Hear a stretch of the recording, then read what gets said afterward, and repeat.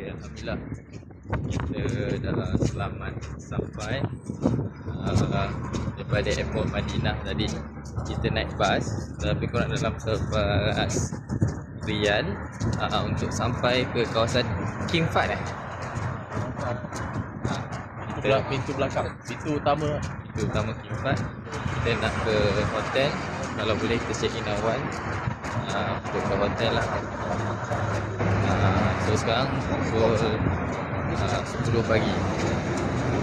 Jalan dengan sahabat-sahabat kita.